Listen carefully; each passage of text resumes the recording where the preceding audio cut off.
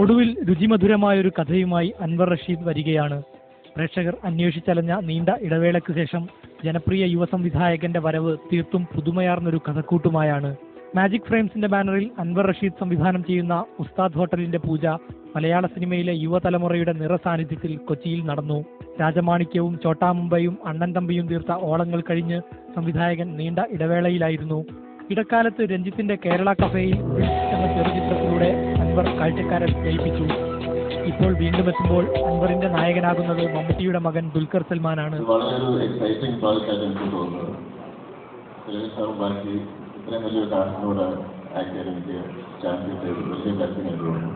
പൂജാ ചടങ്ങിൽ മുഖ്യ ആകർഷണവും ദുൽഖറായിരുന്നു. ചിത്രത്തിൽ ഹോട്ടൽ നടത്തുന്ന ഫൈസി എന്ന ചെറുപ്പക്കാരന്റെ വേഷമാണ് ദുൽഖറിന്. ഫൈസി ഒരു സംഗീത ട്രൂപ്പിലെ അംഗവുമാണ്.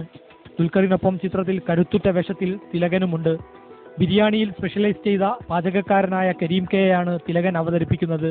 ഇതിൽ എൻ്റെ കഥാപാത്രം എന്ന് പറയുന്നത് ഈ കോഴിക്കോട് വീടുകളിൽ ബിരിയാണി ഉണ്ടാക്കി കൊടുത്ത് കാശ് മേടിക്കുന്ന ഒരു വിഭാഗമുണ്ട്. അങ്ങനെയുള്ള ഒരു കുടുംബത്തിൻ്റെ ഈ ബിരിയാണി ഉണ്ടാക്കുന്ന ആളാണ്. എൻ്റെ പേര് ഞാൻ മറന്നുപോയി, ഇതിനകത്ത് പേരുണ്ട്.